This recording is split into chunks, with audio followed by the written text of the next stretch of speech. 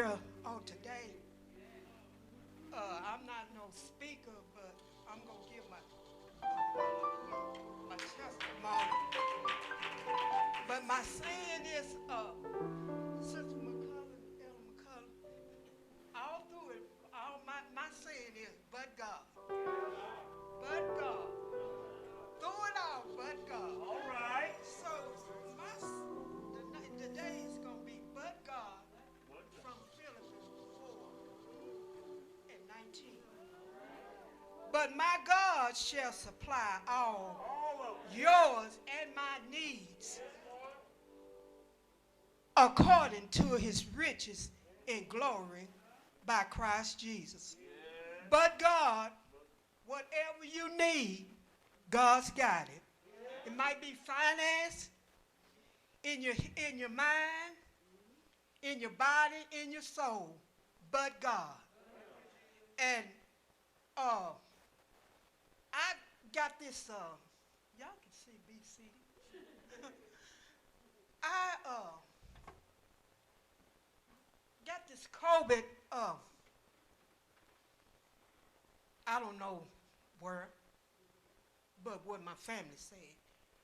But I went in the hospital July the 3rd, and I tested positive. So they sent me to the hospital, and they tested me again. It was positive. So when the doctor come in, I asked the doctor, I said, how long will I be here? He said, oh, you'll be here 2 weeks. I said, oh, okay. And kept on 2 or 3 days. They carried me out of that room into ICU. And I was wondering what, you can't have your family come see you. So I was in ICU, and I remember some things. And I remember the doctor coming in there saying he won't have to put me on this ventilator, and I signed the papers. So I was just, just shaking. I guess from that, I don't know. But I remember signing the paper, and later on, I went to sleep. And I don't know how many days I was out. I don't know nothing about this. But when I went to sleep and I woke up, the nurse was saying, welcome back. And I was trying to figure out, what are you talking about? Because I just been, just taking a nap. And this went on and went on. Couldn't see no family or nothing. And then I stayed there, I believe, 2 months. They said I had a stroke, heart attack, out. I don't know how many days. But when I woke up, I was asking for something to eat, and they said, you can't eat. And I was wondering why. And they had put a tube in my throat or whatever. I don't know. But they told my son, he told me, he said, Mama, they wanted to put a trait in your throat. And he said, I told them no. Said, my mama don't want that. And they said, have you talked to her? He said, yeah, but he said, Mama, I told him the wrong thing. I hadn't talked to you, but I know what you would want to be done. And so he said that they told him, well, if she go out of there, he said, no, my mother gonna live. He said he come home and he turned on my porch light, and my porch light been on, haven't been turned off for 2 years. He said he come home and turn on the porch light, turn on every light in the house. And said he just sit there and he said, I got to praying, Mama. I said, my mother not live too long. She don't want to leave here. Said she not going nowhere. And I didn't know none of this then. And I stayed there for about 2 months, I think. I don't know. And then they sent me to this Kendrick. And Lord, it's a place. But my sisters, they came to see me. They were getting upset. My daughter got upset. But I kept praying. I said, Lord, you step in. You have to help. And I was talking to the nurse, and I said, Can I have food? No, you can't have food. You'll choke. I said, they give me soup the other day. No, they didn't. I said, oh, okay. So my daughter-in-law come up there, and she had questioned them. They said, no, she can't have it because she would choke. And I wanted water. They wouldn't give me water. And my color was gray. I was gray. And and I couldn't, and I asked, I said, why I don't have that much feeling on my left side? And the nurse said, you had a stroke. And I wondered why, my hands was curved up like that. I couldn't open them. I couldn't do nothing. They had to turn me every 2 hours. My feet, I couldn't walk, couldn't talk. And this book that I have here is the one that my my daughter and son, they brought up here. And I've been looking, but you can see this writing. That's how my writing was bad. I just couldn't write, couldn't think, But after coming, y'all can see it. But that's how my writing was. And I could write. I thought I could, but I couldn't do no writing or nothing. But I just kept praying. And then after being in Kendrick for 2 weeks, they told my son, say, y'all gonna have to carry to an Encompass. I'm not an Encompass, but another rehab. So Sister Betty was working on one. So my daughter-in-law asked me, she said, Mother, what about Encompass? I said, I don't know. She said, my mother was there, they a good place. But so happened, the doctor that was seeing me at Kendrick, he was the chief of staff at the Encompass. And he come in there and he said, Miss Houston, I'm going to have you transferred to Kendrick. I said, okay, I appreciate it. Encompass, I'm sorry. And I said, okay. He said, you will get the therapy that you need. And I was there at Kendrick for 2 weeks. And by maybe 3 or 4 days before I got ready to go, they wanted to do some therapy. And they just did a little bit, and I'm just laying there. So when I went to Encompass, and I was there, I don't know, maybe a couple of days, and the therapist came in, and he had a cup of water and a cup of juice. And he sit in the chair, and he was just right. He said, Miss Minnie? I said, yes. He said, I want you to drink this water.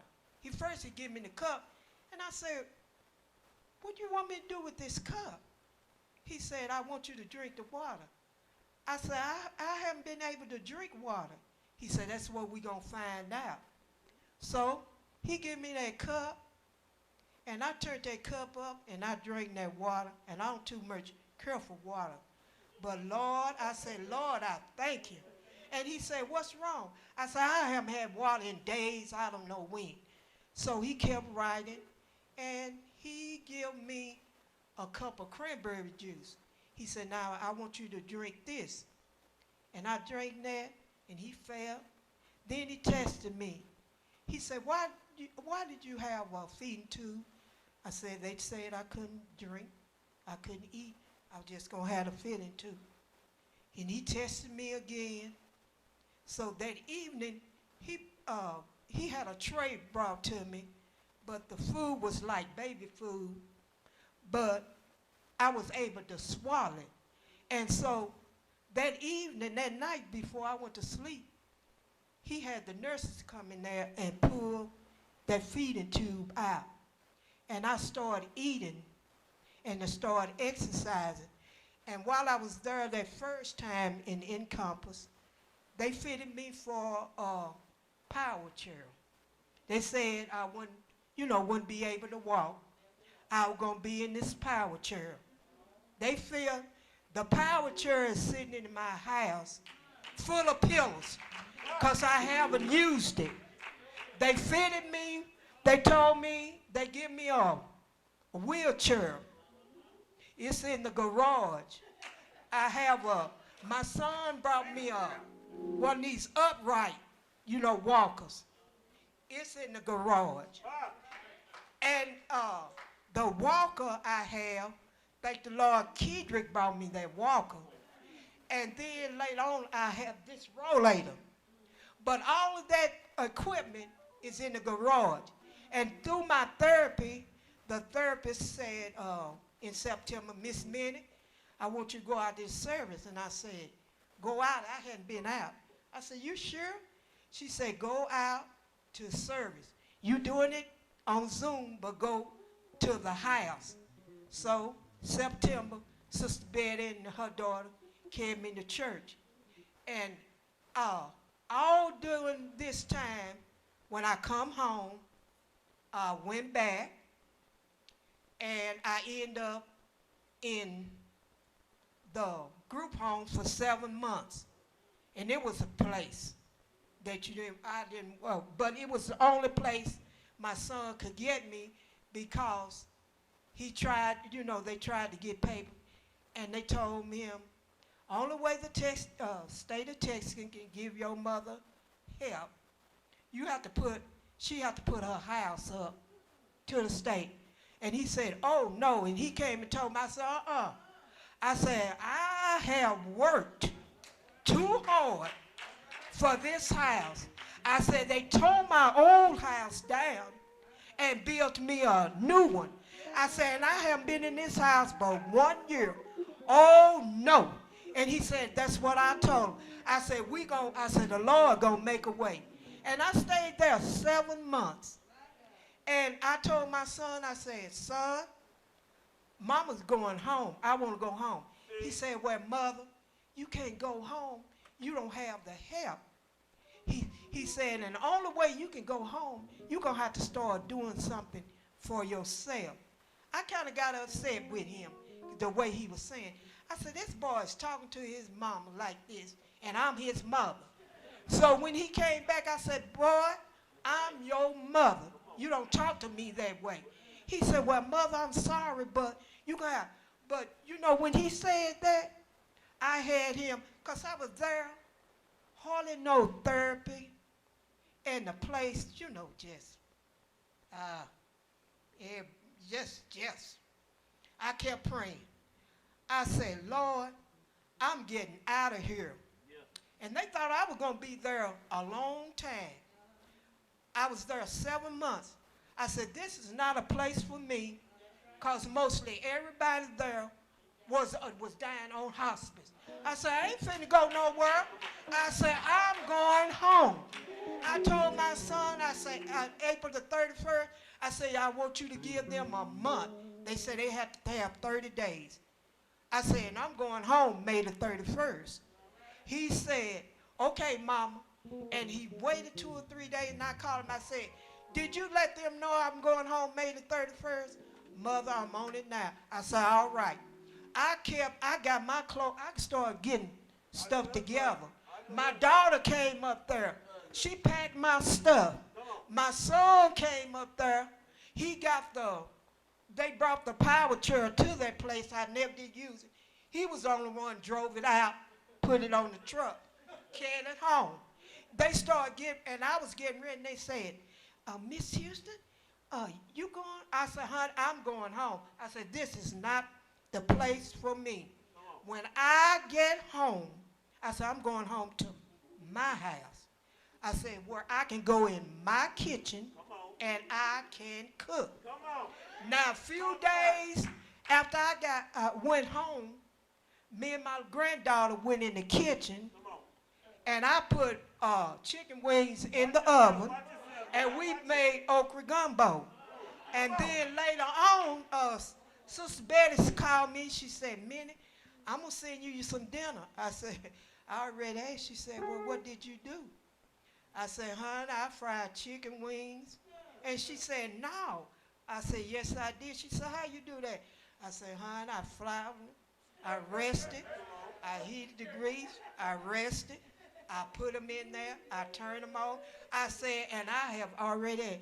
But ever since I've been home, the Lord have blessed me. When I came home, I couldn't walk. I couldn't do nothing for myself. My daughter came and stayed with me 2 months. And she moved out. And each time the therapist would come, they would say, who's here with you? I said, myself.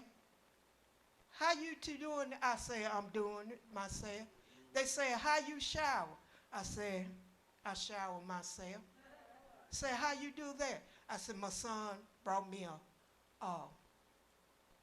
a shower chair. And I showed them how I did it. And they said, you're determined. I said, oh, yes, I'm determined. And about 2 weeks after I was at home, my son went on a vacation. He come back, and the grandgirl said, Daddy, come look. Mama, Granny walking. He come, and he said, Mama, you ain't been here but 2 weeks, but you walking? I said, yeah, but God. I said, but God. I said, every time I would make a step, I would say, but God. I said, I thank the Lord, because I couldn't walk. My feet had got so big, I was up to a 10 and a half. Now I have shoes in the closet that is too big. But then they told me, you're going to have a brace in order to walk. And I went through all this here getting this brace. Put the braces on.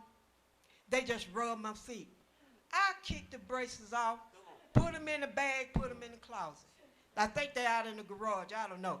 But I told my son, I said, I'm not wearing these braces. I said, that was the will of the Lord. Let me know you don't need those braces. Because they were saying, because my feet, when I would walk, it would flop, like that. It's doing that now, but I'm getting strength in my feet and everything. But I thank the Lord that he's able me. I even goes out into my garage, and I haven't been able to do that. I goes in my garage, and I wash my clothes. I fold my clothes. I cook my meals. I do, what I can do. I thank the Lord because I wasn't able to comb my hair, brush my teeth, do nothing. But God have blessed me. And I thank the Lord, for it. Because when I come home, like I said, when I come home, I couldn't do nothing. Nothing. My feet, when I walked, they was like this. And I was trying to walk like that. Then gradually, the Lord blessed my feet to straighten out. Now, some of my shoes that I wasn't able to wear, I'm able to wear them now. But God has been good to me. And, the Lord, that's the reason I always say, but God. Because through it all, the finance, whatever, in your mind, I told my son, he said, well, Mama, you've been off of line 2 years. He said, but some of the things you remember. I said, but God, I thank God for it. And I was telling Sister Yolanda, I said, some things I be thinking about. She said, girl, you ain't lost your mind. You know what's going on. You can think of stuff that we ain't thinking about.